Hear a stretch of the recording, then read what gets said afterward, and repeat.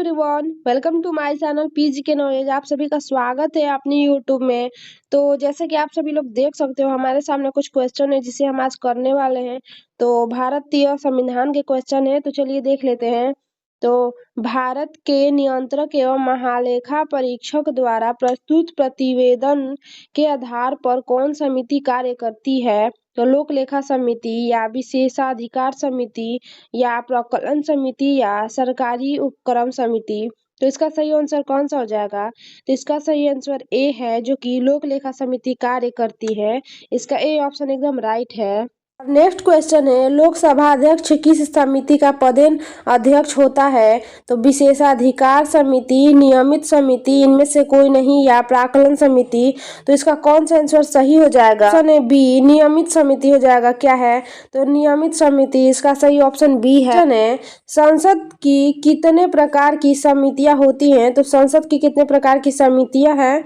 तो तदर्थ समिति या अस्थायी समिति या उपयुक्त दोनों, या इनमें से कोई नहीं। तो इसका कौन सा ऑप्शन सही है? तो इसका सी सही है, उपयुक्त दोनों, यानी कि फर्स्ट एंड सेकेंड, ये दोनों ऑप्शन सही है। जो कि संसद के कितने प्रकार की समिति है? तो तदर्थ समिति भी है और अस्थायी समितियां भी हैं। तो इसका सी ऑप्शन एकदम सही है। और अगला क्वेश्चन है, संविधान के व्याख्याकार और संरक्षण कौन है? तो इनमें से कोई नहीं, या सर्वोच्च न्यायालय, या राष्ट्रपति संसद, या भारत का महाधिवक्ता। तो इसका कौन सा ऑप्शन सही है? जो संविधान के व्याख्याकार और संरक्षण कौन है? तो इसका ऑप्शन बी सही है, जो कि सर्वोच्च न्यायालय है। कौन है? तो सर्वोच्च न्यायालय है, भारतीय संविधान के जो कि रक्षक कह सकते हैं सर्वोच्च न्यायालय को। और अगला क्वेश्चन है, उच्चतम न्यायालय के न्यायाधीशों की संख्या में वृद्धि करने की शक्ति किसके पास है? तो ऑप्शन है संसद, विधि मंत्रालय, या प्रधानमंत्री, या राष्ट्रपति। तो इसका सही आंसर क्या है? ए, संसद है। क्या है? उच्च न्यायालय के न्यायाधीश की जो कि संख्या की वृद्धि करने की शक्ति होती है, वह संसद के पास होती है। और अगला क्वेश्चन है, भारतीय संविधान किस अनुच्छेद में राज्य के नीति निर्देशक तत्वों का उल्लेख है? तो कौन सा अनुच्छेद है जिसमें कि राज्य के नीति निर्देशक तत्व है? तो अनुच्छेद 34 से 48, या अनुच्छेद 33 से 46, या अनुच्छेद 36 से 51, या इनमें से कोई नहीं। तो राज्य का नीति निर्देशक तत्व कौन से अनुच्छेद में है? इसका सही ऑप्शन सी है, अनुच्छेद 36 से 51 में है। अगला क्वेश्चन है, राज्य के नीति निर्देशक तत्वों में निम्नलिखित में से किन किन प्रकार के सिद्धांत हैं? तो ये सभी, या प्रशासनिक सिद्धांत, या आर्थिक सिद्धांत, या सामाजिक सिद्धांत। तो इसका सही ऑप्शन क्या हो जाएगा? तो ये सभी हो जाएंगे। इसका ऑप्शन ए सही है, यानी कि ये सभी सही हो जाएगा। जो कि राज्य के नीति निर्देशक तत्वों में निम्नलिखित में से कौन कौन सा प्रकार का सिद्धांत है? तो इसका ये ऑप्शन एकदम सही है। अगला क्वेश्चन है, भारत के संपरीक्षा एवं लेखा प्रणालियों का प्रधान कौन होता है? तो वित्त आयोग, या योजना आयोग, या भारत का नियंत्रक एवं महालेखा, या इनमें से कोई नहीं। तो इसका सही ऑप्शन है सी, जो भारत का नियंत्रक एवं महालेखा होता है। सी ऑप्शन इसका एकदम सही है। अगला क्वेश्चन है, निम्नलिखित में वह कौन सा अधिकारी है जो भारत सरकार के वित्तीय लेन देनों में लेखाकरण के लिए जिम्मेदार होता है? तो नियंत्रक एवं महालेखा परीक्षी, या वित्तीय सचिव, या महालेखा नियंत्रक, या इनमें से कोई नहीं। तो इसका ए ऑप्शन सही है, जो कि कौन होता है? तो नियंत्रक एवं महालेखा परीक्षक होता है। इसका ए ऑप्शन एकदम राइट है। अगला क्वेश्चन है, भारत का नियंत्रक एवं महालेखा परीक्षक अपना प्रतिवेदन देता है तो प्रधानमंत्री को, या लोकसभा अध्यक्ष को, या वित्त मंत्री को, या राष्ट्रपति को? तो वह राष्ट्रपति को देता है। इसका डी सही है, जो कि भारत का नियंत्रक एवं महालेखा परीक्षक होता है, वह अपना राष्ट्रपति को प्रतिवेदन देता है। नेक्स्ट क्वेश्चन है, निम्नलिखित में से किस समिति का सदस्य कोई मंत्री नहीं हो सकता है? तो ये सभी, या प्राक्कलन समिति, या सरकारी उपक्रम समिति, या लोक लेखा समिति। तो इसका सही ऑप्शन है ए, ये सभी। अगला क्वेश्चन है, लाभ का पद परिभाषित हुआ है तो संविधान द्वारा, या संघीय मंत्री परिषद द्वारा, या संसद द्वारा, या सर्वोच्च न्यायालय द्वारा। तो इसका सही ऑप्शन है डी, सर्वोच्च न्यायालय द्वारा यह परिभाषित हुआ है लाभ का पद। डी ऑप्शन एकदम राइट है। क्वेश्चन है, सर्वोच्च न्यायालय के प्रथम मुख्य न्यायाधीश कौन थे? तो के.एन. वांचू या हवाई वी चंद्रचूड़ या हीरालाल जे कालिनिया या इनमें से कोई नहीं। तो इसका सही ऑप्शन है हीरालाल जे कालिनिया है। कौन है? तो इसका सी ऑप्शन एकदम सही है, जो कि सर्वोच्च न्यायालय के प्रथम मुख्य न्यायाधीश थे। अगला क्वेश्चन है, सर्वोच्च न्यायालय के मुख्य न्यायाधीश की नियुक्ति कौन करता है? प्रधानमंत्री, राष्ट्रपति, संसद या विधि मंत्रालय। तो इसका सही ऑप्शन कौन सा हो जाएगा?